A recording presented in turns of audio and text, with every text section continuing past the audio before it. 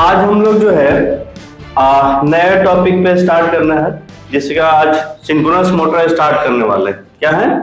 Synchronous motor, जिसको हिंदी में हम लोग बोलते हैं तुल्यकालिक मोटर।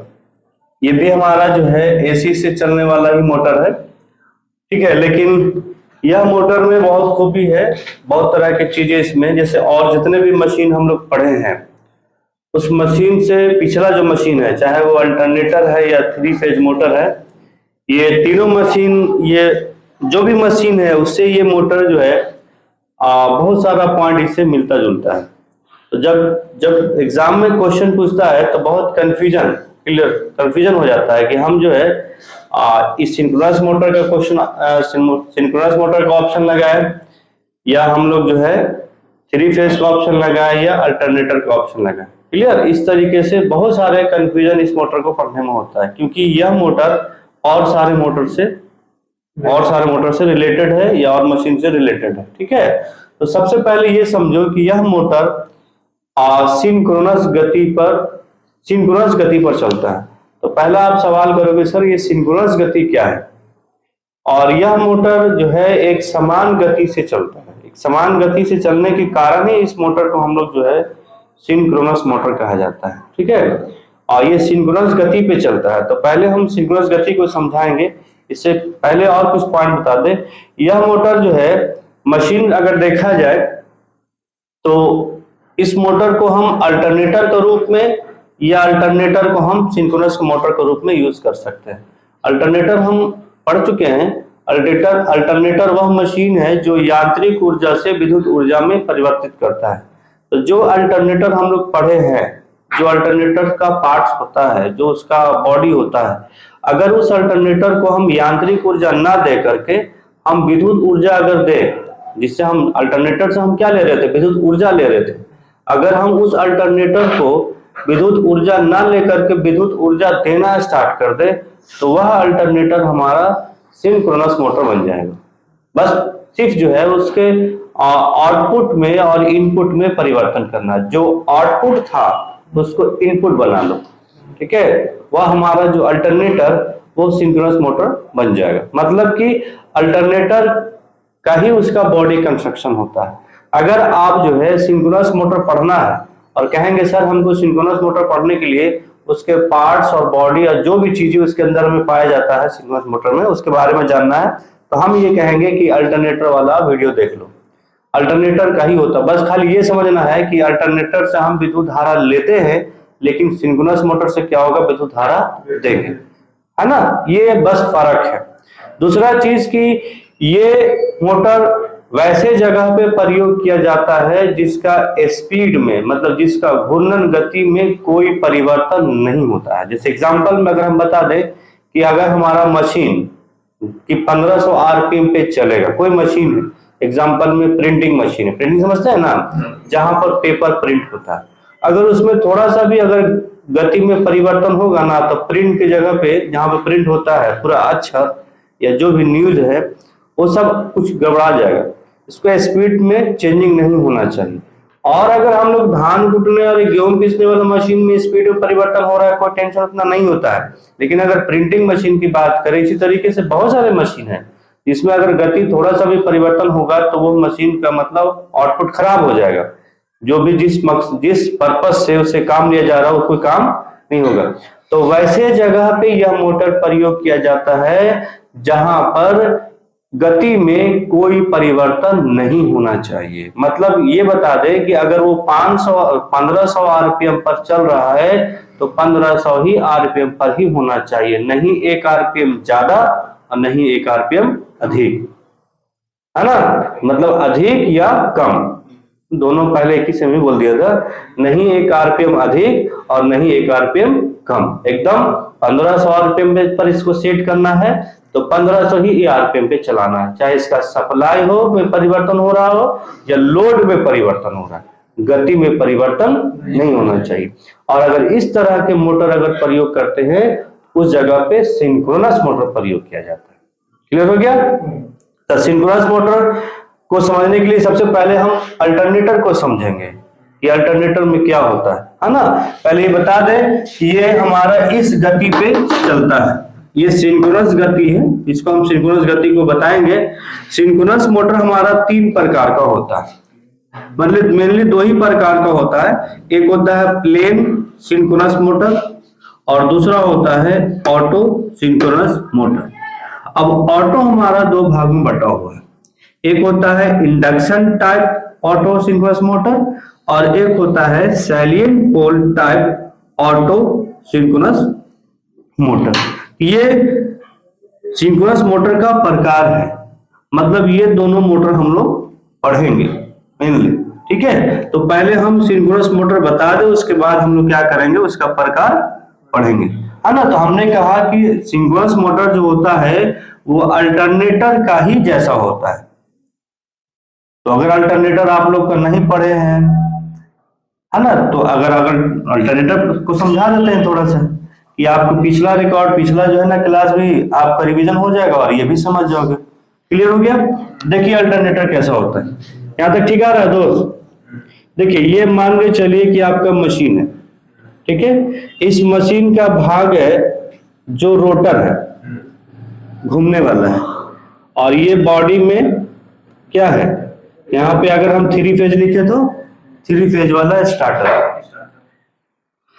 अब कहेंगे सर आप अल्टरनेटर बता रहे हो, अल्टरनेटर क्या करता है, एमई से, एमई समझते हैं ना, यांत्रिक ऊर्जा से विद्युत ऊर्जा में परिवर्तित करता है।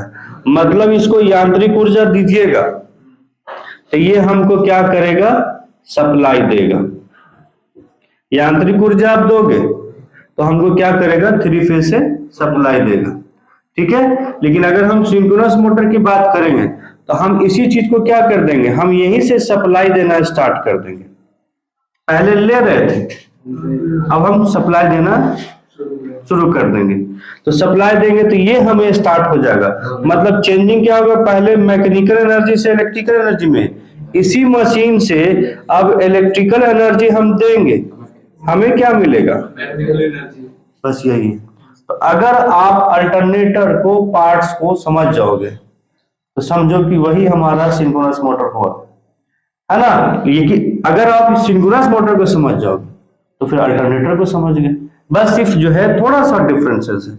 ये तो क्लियर हो गया कि अल्टरनेटर जो होता है यांत्रिक ऊर्जा से विद्युत ऊर्जा में परिवर्तित करता है, जबकि सिंक्रोनस मोटर क्या करता है ना, इलेक्ट्रिकल एनर्जी से, मतलब विद्युत ऊर्जा से यांत्रिक ऊर्जा में परिवर्तित करता है, ठीक है। तो पहले हम इसको समझाते हैं। देखिए यांत्रिक ऊर्जा दीजिएगा, इसमें क्या किया जाता है कि आपका जो है बाइंडिंग कर दिया जाता है आर्मेचर के रूप में। हालांकि एक बात और बता दें आपको कि अल्टरनेटर का जब प्रकार पढ़ेंगे तो कई बार ऐसा होता है कि यहां से भी धारा पैदा किया, धारा यहां से भी लिया जा सकता है और नहीं तो यहां से भी लिया जाता है, स्टेटर से। लेकिन ज्यादा अच्छा है या ज्यादा मात्रा में जब धारा लिया जाता है तो यहां से लिया जाता है। ज्यादातर अल्टरनेटर जो है स्टेटर से धारा लिया जाता है और इसको हम लोग क्या करते हैं, चुंबक बनाते हैं।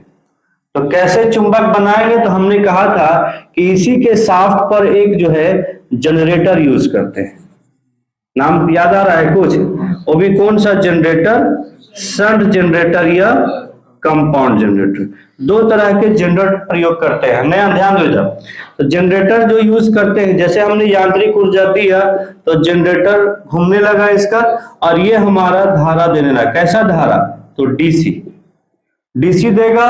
ये अल्टरनेटर का जो आर्मेचर है या रोटर है इसको क्या कर देगा, चुंबक बना देगा, और ये घूमता हुआ चुंबकीय बनाएगा, घूमेगा ना चुंबकीय क्षेत्र। तो हमारा इसके चारों तरफ बॉडी पर स्टेटर जिसको कहते हैं पूरा बाइंडिंग किया हुआ। ये जो चुंबकीय क्षेत्र घूम रहा है रोटर के, क्योंकि यांत्रिक ऊर्जा दे रहे हैं, ये चुंबकीय क्षेत्र बना रहा है और ये घूम रहा है। जैसे ये घूम रहा है और ये हमारा मेन अल्टरनेटर, तो क्या करेगा, इसको कट कर देगा। कट करेगा तो स्टेटर पे हमारा ईएमएफ पैदा होगा और यही हमारा धारा, अगर 3 फेज है, 3 फेज बाइंडिंग करेंगे तो तीनों फेज में धारा हमारा बाहर निकलेगा और इस तरह के मशीन हमारा ये अल्टरनेटर बन जाता है। नहीं समझ में, हाथ टच हो गया होगा, फिर से सुनो, है ना। देखिए ध्यान से, हमने क्या किया कि ये मशीन बनाया दोस्त, और इस मशीन में ये हमने बाइंडिंग किया चारों तरफ। क्या है ये? स्टेटर। क्या है? स्टेटर। यहां से हमने जो है 3 फेज बाइंडिंग किया है ऐसे, किस पे? स्टेटर पे। क्लियर? ये आपका क्या है? शाफ्ट है। शाफ्ट पर हमने जो है यहाँ पे समझो कि बाइंडिंग कर दिया पूरा में, ठीक है। और इसके बगल में एक और जनरेटर लगा दिया, और जब यांत्रिक ऊर्जा यहां से देंगे, क्या दिया? यांत्रिक ऊर्जा दिया, तो इसमें से धारा भी निकल रहा है, वैसे घूमेगा भी शाफ्ट, इसमें से धारा निकल रहा है। यांत्रिक ऊर्जा दे रहे हैं तो ये घूम रहा है, जिसके मदद से जनरेटर भी घूम रहा है। छोटा भी जनरेटर लगाते हैं तो घूमेगा, तो ये भी धारा देना स्टार्ट कर देगा। ये घूम भी रहा है और ये धारा देंगे तो ये चुंबक भी बन रहा है। तो चुंबकीय क्षेत्र कैसा बनेगा? ऐसे घूमता हुआ बनता जाएगा। जब घूमेगा तो किससे टकराएगा? बाहर वाला बाइंडिंग से, स्टेटर से। टकराने पर या कट करने पर क्या होता है? अगर 3 फेज बाइंडिंग है तो कितना धारा निकलेगा? तो ये अल्टरनेटर होता है। समझ आया अल्टरनेटर कैसे काम करता है? अब हम लोग क्या करते हैं, सिंक्रोनस मोटर को समझते हैं। हमने क्या कर दिया कि ये जनरेटर रहने दिया, सप्लाई हमारा जो है ये, तो यहां से हम इसको तो गति दे नहीं रहे हैं, तो अभी घूमेगा नहीं, लेकिन हमने सप्लाई को चेंज कर दिया। सप्लाई को क्या कर दिया? चेंज कर दिया। अब हमने धारा इसमें देने लगा, तो ये हमारा चुंबकीय क्षेत्र बनाने लगेगा। कौन? स्टेटर। ठीक है, तो ये जब बनाने लगेगा तो इसके द्वारा घूमता हुआ चुंबकीय क्षेत्र बनेगा, तो क्या हो जाएगा? रोटर को घुमाने की कोशिश करेगा, तो इसके द्वारा जो घूमेगा ना, वो एक नियत से नहीं घूमेगा, घूमेगा एक कांस्टेंट गति से नहीं घूमेगा। तो जब ये रोटर घूमने लगेगा तो ये भी घूमने लगेगा। कौन? जनरेटर भी। ये भी धारा देना शुरू कर देगा, तो इसमें भी चुंबकीय क्षेत्र बनना स्टार्ट होगा। किसके द्वारा? आर्मेचर के द्वारा। तो देखिए, ऊपर से भी चुंबकीय क्षेत्र बन रहा है और नीचे से भी बन रहा है, दोनों विपरीत में। तो अब क्या करेगा? एक समान गति से चलना स्टार्ट कर देगा। वैसा गति कि ये चेंज नहीं हो रहा है, ये धारा चेंज नहीं हो रहा, तो हमारा ये जो है समझो कि 1500 आरपीएम में चल रहा है, तो 1500 में चल रहा है। समान गति मतलब इस वाले फॉर्मूला को फॉलो करेगा। ये भी समझो कि सर सिंक्रोनस गति आप बताने वाले हैं, तो जैसे इसमें जो धारा दिए ना स्टेटर में, तो धारा दिए तो ये अपना चुंबकीय क्षेत्र बनाएगा। कैसा? घूमता हुआ। यही घूमता हुआ चुंबकीय क्षेत्र को ना एनएस बोलते हैं, पढ़ाया था ना 3 फेज में। ये तो घूमता हुआ, जितना इसका स्पीड है ना, जितना इसका स्पीड है उतना ही गति से ये भी चलेगा, रोटर भी या आर्मेचर ही कहो, है ना। जितना गति से सिंक्रोनस, अब कहेंगे सर सिंक्रोनस गति कौन है? तो ये रोटर स्टेटर के द्वारा पैदा किया गया घूमता हुआ चुंबकीय क्षेत्र की गति को ही सिंक्रोनस गति कहते हैं। और इस गति के बराबर या इस गति पर ही हमारा अगर आर्मेचर घूम रहा है तो उस मोटर को हम लोग सिंक्रोनस मोटर कहेंगे। अगर आपसे कोई पूछता है कि बताओ सिंक्रोनस मोटर क्या होता है, तो बोलिएगा वैसा मोटर जो सिंक्रोनस गति पर चलता हो। अब कहेंगे सर सिंक्रोनस गति क्या है? तो जो स्टेटर में सप्लाई देने पर उसके द्वारा जो चुंबकीय क्षेत्र बन रहा है, नजर नहीं आएगा, वह चुंबकीय क्षेत्र की गति को ही सिंक्रोनस गति कहते हैं। और इसी गति पर अगर कोई मशीन चल रहा है तो उस मशीन को सिंक्रोनस मशीन कहेंगे या सिंक्रोनस मोटर कहेंगे। तो इस तरीके से हमारा जो है सिंक्रोनस मोटर हुआ। क्लियर? ये इस तरीके से काम करेगा। इसमें हम कुछ और पॉइंट फिर बता देते हैं। ये अल्टरनेटर के जैसा होता है, बस सिर्फ सप्लाई आपको देना पड़ेगा। पहले लेते थे अल्टरनेटर से, अब देना पड़ेगा। यह मोटर एक समान गति से चलता है। अगर ये 1500 आरपीएम पे चल रहा है तो 1500 पे ही चलेगा, नहीं एक आरपीएम कम, नहीं एक आरपीएम अधिक। क्लियर। यह मोटर वैसे जगह पे प्रयोग किया जाता है जहां पर इसका घूर्णन गति एक समान है। एक घूर्णन गति क्या होगा, ये समान है। इसमें जो है 3 फेज सप्लाई देते हैं और साथ साथ में डीसी भी सप्लाई देते हैं। क्यों कि 3 फेज सप्लाई देने के लिए स्टेटर में हमारा सिंक्रोनस गति प्राप्त हो, और हमारा जो है जनरेटर यूज करते हैं इसके साथ में कि इसको चुंबक बनाए। इसको हालांकि जनरेटर को एक्साइटर बोलते हैं, बार बार जनरेटर नहीं बोलेंगे या जनरेटर का नाम नहीं लेगा, एक्साइटर का नाम बोलना पड़ेगा। एक्साइटर हिंदी में क्या बोलेंगे, उत्तेजक, है ना। उत्तेजक पूछेगा कहाँ यूज करते हैं, तो इसके आर्मेचर के शाफ्ट पर। क्लियर हो गया। उसके बाद हमारा ये इसका प्रकार है ना। 2 प्रकार का मेनली पढ़ना होता है, प्लेन सिंक्रोनस मोटर और ऑटो सिंक्रोनस मोटर। तो अब हम लोग जो है इसके बारे में डिस्कशन करेंगे। क्लियर, यहाँ तक कोई डाउट तो नहीं है। चलिए